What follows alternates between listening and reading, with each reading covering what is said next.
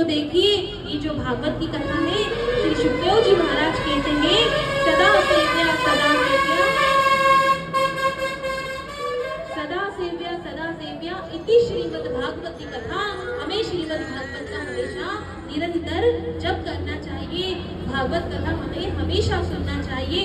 जो भागवत की कथा है वो ये तन और मन दोनों पवित्र करती है।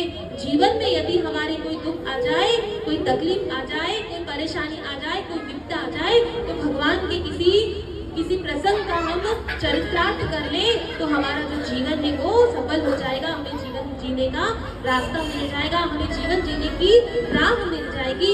इसीलिए भगवान की श्रीमद् भागवत की कथा का वो किया गया है यहाँ पर प्रचार। अब देखिए एक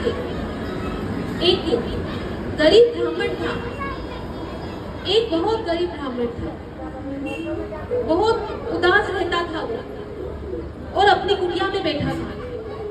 और एक सेठ था, कैसा सेठ था वो? बोले बड़ा कंजूस सेठ था। पैसा तो बहुत था, धन तो बहुत था, परंतु कंजूस इतना। उसकी पत्नी थी सुशीला, मतलब सुशील थी। उसकी पत्नी सुशील थी। उसकी पत्नी क्या करती थी, जब भी अमावस्या या पूनम आती थी तो किसी ना किसी पंडित जी को बुला करके भोजन करवा देती थी। तो एक दिन उसे गुस्सा आ गया कि मैं इधर इतनी मेहनत करता हूँ और तुम्हें इन पर ही लुटाया। तुम ये जो आते हैं ना ब्राह्मण पंडित, बोले तुम उन पे लुटाया करो, मैं दिन रात मेहनत करता हूँ, तुम एक झटके में सारा पैसा खत्म कर देते हो। तो वो कहती है तो फिर ये नहीं करूँ क्या? बोले नहीं, ये मत करा करो। देखिए यदि आपका पति धर्म के रास्ते पे नहीं हो तो उसे धर्म के रास्ते पर लाना पत्नी का काम होता है। वही धर्म पत्नी होती है जो अपने पति को किसी सत्संग में खींच करके लेके आए, कि किसी साधु संत के पास लेकर के आए। वही पत्नी होती है जो अपने पति को धर्म का रास्ता बताती है। वो पत्नी नहीं जो कुछ देने से इनकार कर देती है। वो पत्नी नहीं कि पति बोलता है ये कर दे तो पत्नी मना कर देती है। तो ऐसा मत करिए।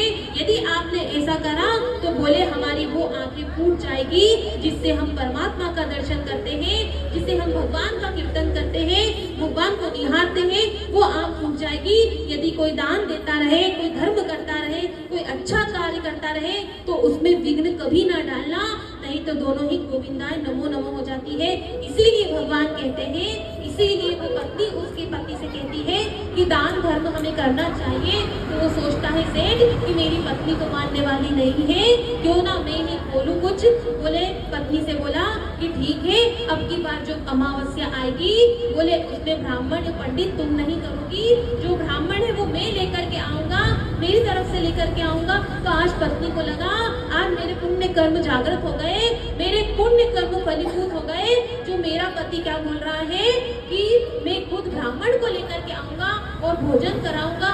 अब वो जो सेठ है अगले दिन अमावस्या थी, अब वो सेठ सवेरे सवेरे निकल गया और सवेरे सवेरे निकल गया तो क्या पूछता है, एक ब्राह्मण के घर गया। वो ब्राह्मण से पूछता है, क्या पूछता है पता है आपको कि कितना खाते हो? क्या पूछता है कि कितना खाते हो?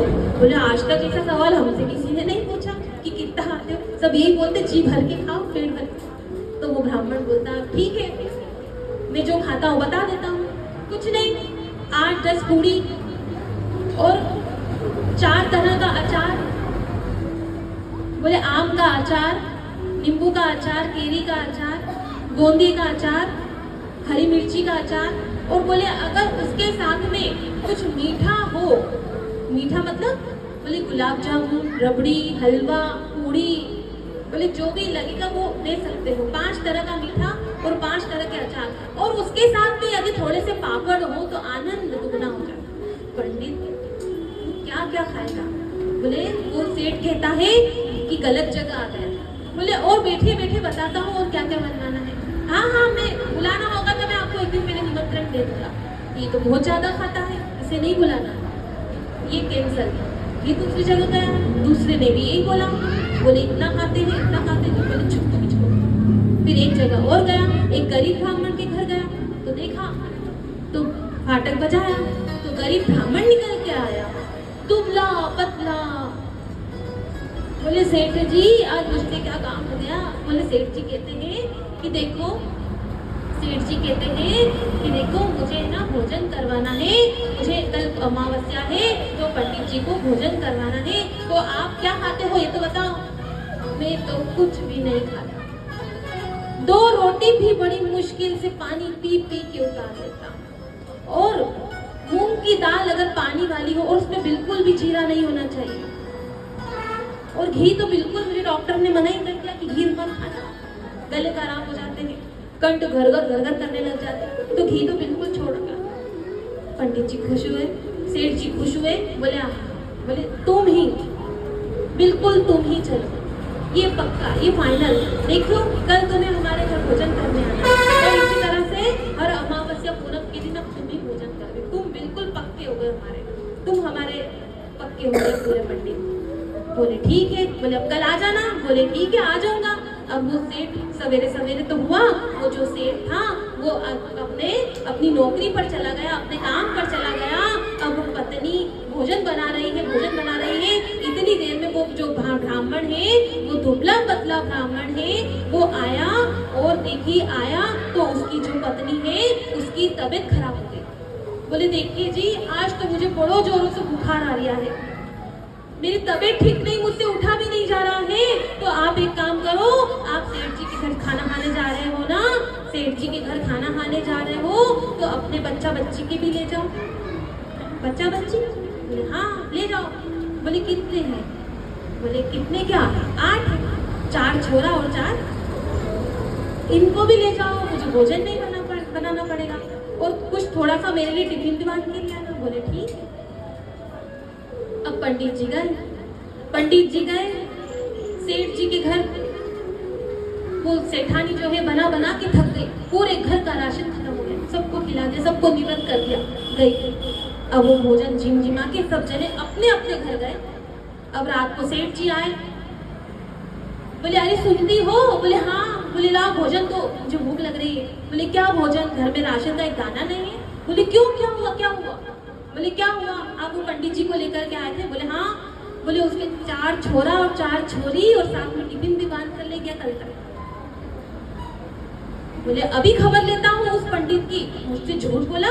वो डंडा लेकर के गया, और वहां पर उसके घर के वहां पर बजा रहा है, अरे दरवाजा खोलो, तुम्हें अभी बताता हूँ मैं, बड़ा सा डंडा है, अभी दरवाजा खोलो, अभी तुम्हें बताता हूँ, खोलो दरवाजा। तो कहता है देखो जी हम उस सेठ के साथ, बेचारे के साथ बहुत गलत किया। पंडित कहता है हमने उस सेठ के साथ बहुत बुरा किया, ऐसा हमें नहीं करना चाहिए। तो उसकी पत्नी कहती है, पंडित जी की पत्नी कहती तुम चुप बैठे रहो, तुम चुपचाप यहाँ ओढ़कर सो जाओ, ऊपर ढाक लो चादर, चुपचाप रहो, बिल्कुल ही सफेद चादर ढाक लो, चुप रहो बिल्कुल, मैं जो बोल रही वो करना। बोले ठीक है, उस ढाक कर बैठ जाता है। हे भगवान सत्यानाश हो उस सेठ का, हे भगवान उस सेठ का सत्यानाश हो, ना जाने मेरे पति को क्या खिला दिया तो मेरा पति जिंदा रहा,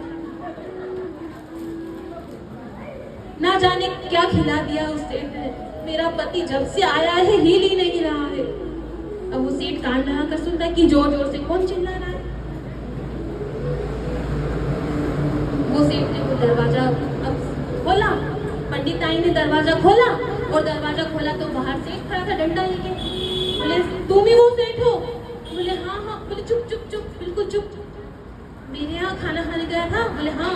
बोले चुप, बिल्कुल चुप। 20,000 रुपए अपनी जेब से निकाले और सेठ उसके पंडित आई के हाथ में रख दिए। बोले ये बात किसी से बोलना मत कि वो मेरे घर खाना खाने आया था, तुम उसका इलाज करा लेना, बच जाएगा, भगवान करे बच जाए वो। और हाथ जोड़कर चला गया। बोले महंगा रो एक बार और सस्ता रो, पैसे भी गए, भोजन भी गया, और नाम तो जाने ही वाला था, पर बच गए। इसीलिए हमें सतर्क करना चाहिए। और भगवान के जो पुत्र और पुत्री हैं वो एक बार कुएं के समीप खेल रहे थे, वहीं पर उन्होंने क्या देखा, एक गिरगिट देखा। उस गिरगिट के ऊपर उन्हें दया आई भगवान के पुत्र और पुत्री को, तो भगवान को लेकर के हाथ पकड़ के भगवान कृष्ण को लेकर के आए हैं कि भगवान आप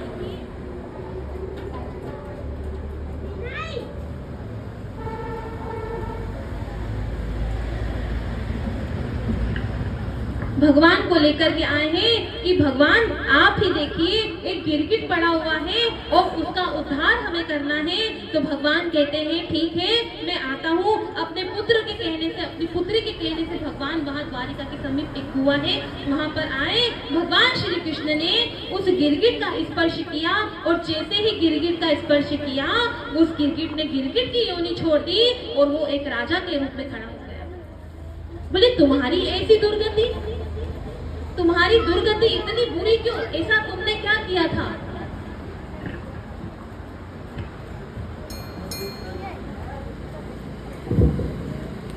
तो बोलते हैं ऐसा तुमने क्या किया था, ऐसी दुर्गति कैसे हो गई? तो कहते हैं आपने प्रभु किसी गौदानी में मेरी सूची देखी है? बोले हाँ देखी है। तुम्हारा नाम तो सबसे ऊपर है, इसका नाम है नृग, राजा नृग है इसका नाम। तो बोले सबसे ऊपर देखी है मैंने, सूची में तुम्हारा नाम है, तुम सबसे बड़े गौदानी हो। तो बोले सबसे बड़े गौदानी की दशा आज गिरगिट, तुम पानी में पड़े हुए हो। तो भगवान से कहता है प्रभु एक गलती हो गई थी मुझसे। बोले क्या गलती हो गई?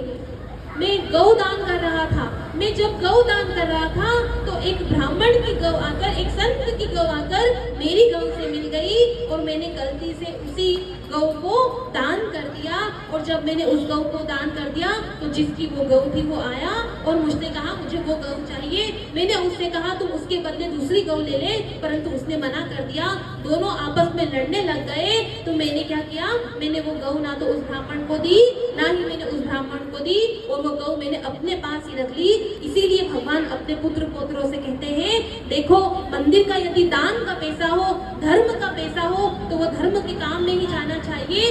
यदि हम मंदिर के दान पर, मंदिर के धर्म के दान में यदि हम गलत कुदृष्टि डालते हैं तो भगवान कहते हैं कि 60,000 वर्ष तक वो नाली का कीड़ा बनता है। यदि किसी संस्था का पैसा हो, कोई अच्छे कर्म का पैसा हो तो उसे हमें अपने फिजूल के काम में नहीं लगाना चाहिए। धर्म का पैसा धर्म पे जाना चाहिए, ना ही उस पे कोई गलत दृष्टि डालना चाहिए कि यहाँ तो इतना हो रहा है, यहाँ तो इतना चढ़ावा हो रहा है, तो उस पे हमें गलत दृष्टि नहीं डालना चाहिए। श्रीमद् भागवत की कथा बतलाती है हमें इस पे नजर कुदृष्टि भी नहीं डालना चाहिए, नहीं तो हमारा जो शरीर है बोले 60 वर्ष तक नाली का कीड़ा बन करके रहता है। भगवान कहते हैं अपने पुत्र पौत्रों से देखो दान के पैसे को कभी हाथ नहीं लगाना चाहिए। दान के पैसे का ये नहीं सोचना चाहिए, हमें उस पैसों का सदुपयोग करना चाहिए। किसी ट्रस्ट का पैसा हो, किसी सत्संग का पैसा हो, किसी संत का पैसा हो तो हमें उस पर कभी कुदृष्टि नहीं डालना चाहिए। बोले भगवान की जो निरंतर मेहनत करता रहता है,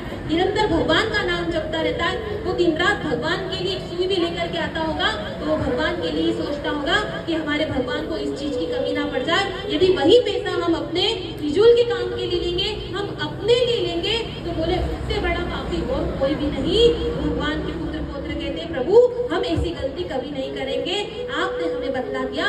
भगवान ने राजा नल को कहा अब तुम जाओ अपने राजमहल लौट जाओ, मैं तुम्हें आशीर्वाद देता हूँ। अब देखो कभी ऐसी कोई गलती मत करना, कभी ऐसी गलती नहीं करना चाहिए। हम संत आए हैं, हमारे बीच में संत आए हैं, कोई महात्मा आए हैं तो हम उन्हें कुछ नहीं दे सकते तो कोई बात नहीं, परंतु हम उन्हें क्या दे सकते हैं? बोले हम केवल उन्हें प्रणाम कर सकते हैं, हम उन्हें केवल वंदन कर सकते हैं। हमारे पास देने के लिए कुछ नहीं, कुछ ना कुछ जरूर देना चाहिए। कुछ भी मत दीजिए, परंतु आंख बंद करके एक बार शीश नवा दीजिए, एक बार हाथ छोड़कर शीश नवा दीजिए। और उन्हें कुछ भी नहीं चाहिए आपसे, वो हमेशा आपको दो चाहे नहीं दो, भगवान सबके ऊपर एक जैसा ही आशीर्वाद देते हैं। भगवान की कृपा ऐसी होती है कि सबको आशीर्वाद देते हैं। और जब प्रभु सबको आशीर्वाद देते हैं, जो अच्छा होता है उसे भी आशीर्वाद देते हैं, जो बुरा होता है उसे भी आशीर्वाद देते हैं। भगवान का स्वरूप क्या है? एक अग्नि है। आपको पता है अग्नि, गहरी अग्नि हो तो उसमें आप गीली लकड़ी भी जला दो, आप उसमें सूखी लकड़ी भी जला दो तो दोनों लकड़ी क्या होगी? जल जाएगी। तो भगवान एक अग्नि है। यदि हमारे अच्छे कर्म और हमारे बुरे कर्म हम दोनों ही परमात्मा को समर्पण कर देंगे तो मानो हमारे जो अच्छे बुरे कर्म हैं, अब जितने पाप हो गए हैं कोई बात नहीं, कुछ गलत हो गया है कोई बात नहीं, परंतु अब उस पाप को तो हम रोक सकते हैं। हम ये तो भगवान से कह सकते हैं, जो गलती से कुछ सीखो। यदि कल गलती हो गई है तो आज उससे कुछ शिक्षा ले लो। ऐसा मत करो, नादान मत बनो, अनजान मत बनो। आप गलती करते जाते हो,